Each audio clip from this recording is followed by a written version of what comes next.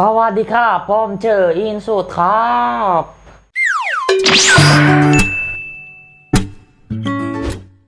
Swadikap semuanya, kembali lagi di segmen Kideku. Seperti biasa kita akan membahas mengenai kisah-kisah misteri yang ada di desa, baik itu misteri legenda maupun kisah nyata. Nah, buat kalian semua yang baru bergabung, selamat datang. Dan buat kalian yang sudah bergabung, selamat datang kembali di video kali ini. Seperti yang kalian lihat di judul, kita akan membahas mengenai kisah sungai kepala manusia dan kisah batu gelis.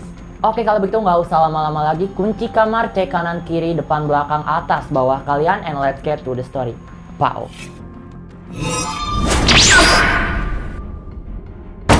Yang pertama kita mulai dari kisah sungai kepala manusia. Di suatu perkampungan yang ada di salah satu desa, tepatnya di Ciamis, Jawa Barat, terdapat salah satu sungai yang berdekatan dengan pemukiman warga.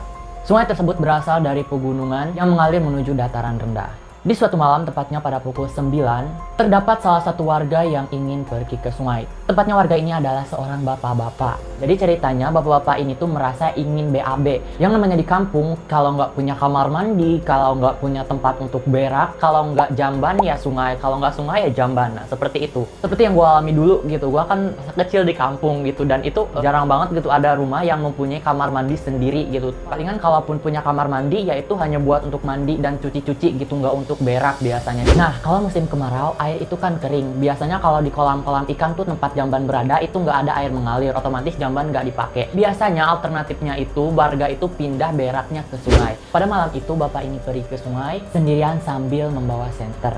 Dan kalian tahu kan kalau di sungai itu pasti gelap, nggak ada penerangan yang sengaja menerangi sungai seperti itu, dan hanya cahaya rembulan lah yang bisa menerangi di tengah malam gelap gulita. Aduh. Rembulan malam sampaikan. Cukup. Akhirnya bapak itu tibalah di sungai. Tapi pas dia mau turun ke sungai, dia menyorotkan senter ke arah bebatuan, ternyata bukan batu.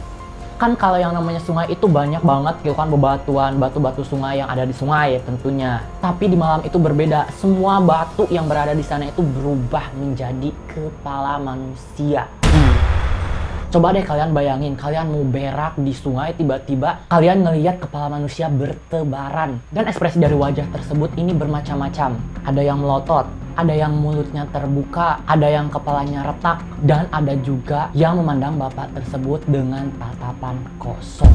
Coba deh kalian bayangin, kalian mau berak, mau pup, tiba-tiba ketemu sama potongan kepala manusia. Idih, Auto naik lagi tuh tai gua rasa.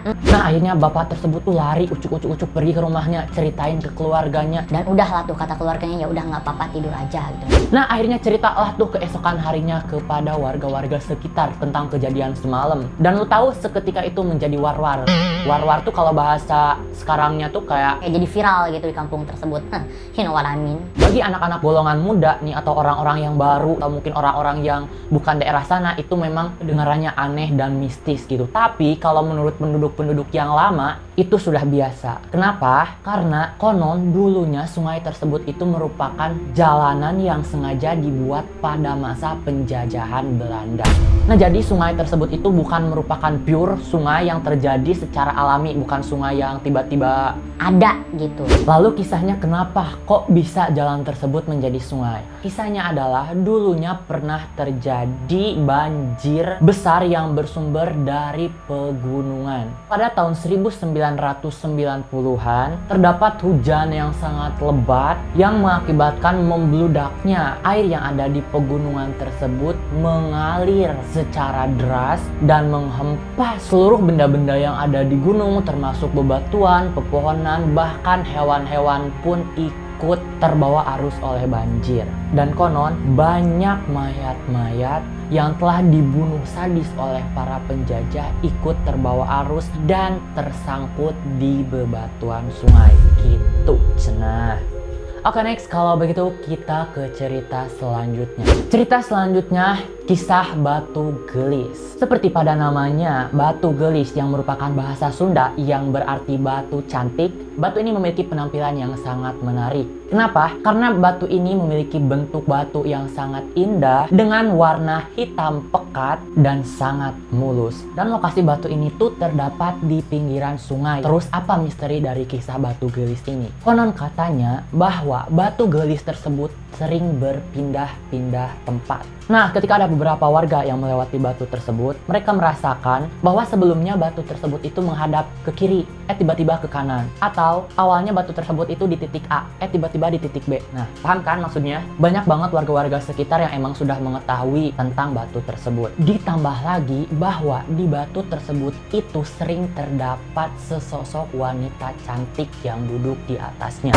Dan mereka mempercayai bahwa sesosok wanita tersebut itu merupakan penjaga Batu Gelis. Dan bagi para penduduk, Batu Gelis ini tuh memiliki kisah yang sangat menarik. Konon, Batu Gelis ini bukan hanya satu, tapi berpasangan. Nah, terus kok sekarang ada satu Batu Gelis yang ada di sana? Ingat cerita kepala manusia yang tadi? Lokasi Batu Gelis ini berlokasi sama di tempat yang sama dengan kepala manusia yang berada di sungai. Seperti yang diceritakan tadi, bahwa sebelum adanya sungai tersebut, dahulunya sungai itu merupakan jalanan pada masa penjajahan Belanda. Karena adanya bencana banjir akhirnya menghanyutkan benda-benda yang ada di sana, termasuk dua batu yang mistis ini. Menurut penduduk sekitar, dulunya batu tersebut berada di tempat yang sama. Namun karena bencana tersebut akhirnya menghanyutkan dua batu itu, dan batu itu pun akhirnya terpisah. Dan mereka percaya bahwa pergerakan batu tersebut itu merupakan sesosok wanita yang mencari pasangannya. Nah, loh, batu aja ada pasangan, lu punya kagak lu? Canda sayang. Lanjut. Nah, kalau tadi kan Batu Gelis ini merupakan batu tempat tinggal si sesosok wanita. Mungkin yang satunya lagi berarti kan sosok pria kan? Mungkin kalau masih ada itu namanya batu ganteng. Kalau bahasa Sundanya tuh batu kasep. Kasep ya, bukan asep. Kasep. Lu yang nonton Asep lu jangan kegeeran lu. Lanjut. Jadi dari dua cerita tersebut kita menyimpulkan cerita tersebut ini berada di tempat yang sama ya, tentunya mengenai kepala manusia dan mengenai Batu Gelis yang ada di sungai. Kalau menurut aku pribadi sih ya, kayak cerita ini tuh kayak apa sih? Kayak lebih menarik gitu dari sebelumnya. You know gak? Ternyata batu aja itu punya pasangan loh. Terus kita sebagai manusia, di mana pasangannya? Hey, jodoh gua yang di sana. Apa kabar? Kapan lo datang? Hah? Gue udah kelamaan jomblo. Baik. Dan bagaimana menurut kalian mengenai kisah kita hari ini? Apakah ini masuk akal atau Cerita ini hanya sekedar omongan belaka? kalau begitu segitu dulu cerita kita hari ini. Seperti biasa, jika kalian suka dengan videonya, jangan lupa kalian untuk tombol like, kemudian kalian komen sebanyak-banyaknya, kemudian kalian share ke teman-teman kalian, kemudian kalian ajak teman-teman kalian untuk bergabung di channel ini. Kita cerita mengenai kisah-kisah yang ada di desa masing-masing. Dan gak kalah pentingnya juga kalian untuk tekan tombol subscribe dan tekan notifikasi Loncengnya. lonceng notifikasinya. Terima kasih atas waktunya untuk mendengarkan cerita kita hari ini. See you di next video. Kapun cut and bye-bye.